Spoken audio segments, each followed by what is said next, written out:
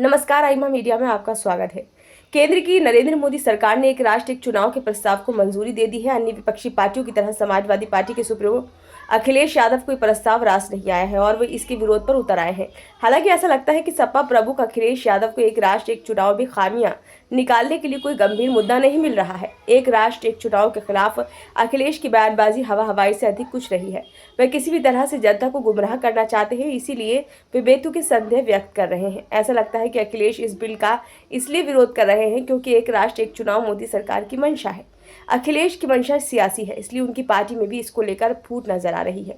अखिलेश से इधर समाजवादी पार्टी के नेता रविदास मेहरोत्रा ने एक राष्ट्र एक चुनाव का खुलकर समर्थन किया है। ये और बात है कि पार्टी ने रविदास मेहरोत्रा के बयान को इनकी निजी राय बताकर पल्ला झाड़ लिया है। एक राष्ट्र एक चुनाव को लेकर अखिलेश के बिगड़े बोलों की बात की जाए तो सपा प्रमुख अखिलेश यादव पूछ रहे हैं, अगर एक राष्ट्र एक चुनाव सिद्धांत के रूप में है तो कृपया स्पष्ट किया जाए कि प्रधान से लेकर प्रधानमंत्री तक के सभी ग्राम, टाउन, नगर निकायों के चुनाव भी साथ ही होंगे। यदि अखिलेश रिपोर्ट पढ़ लेते तो उन्हें मालूम रहता कि पहले चरण में लोकसभा प्रदेश के सभी विधानसभाओं और दूसरे चरण में 100 दिनों के भीतर स्थानीय निकायों के चुनाव कराने की सिफारिश की गई है।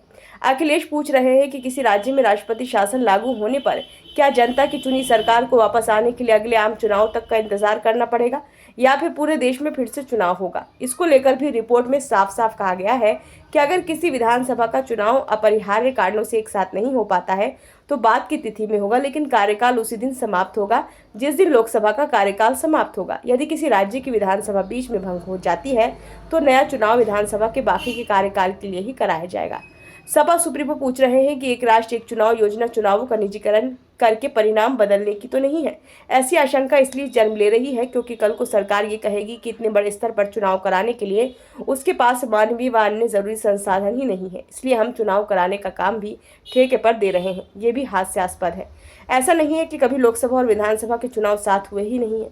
1951 से 1967 तक चुनाव एक साथ होते थे। उसके बाद में 99 में लॉ कमीशन ने अपनी रिपोर्ट में ये सिफारिश की थी कि देश में चुनाव एक साथ होने चाहिए, जिससे देश में विकास कार्य चलते रहे। एक राष्ट्र एक चुनाव कोई आज की बात नहीं है।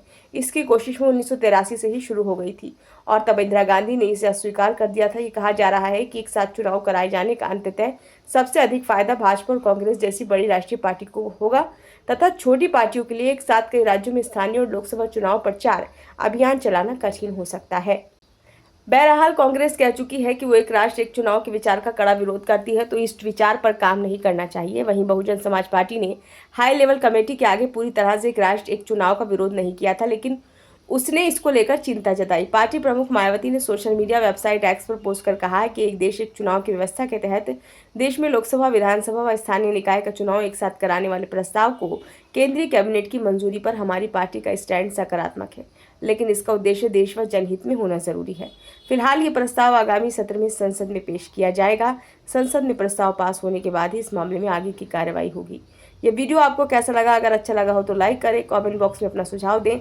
चैनल को अभी तक आपने सब्सक्राइब नहीं किया है तो कृपया से सब्सक्राइब कर दीजिए।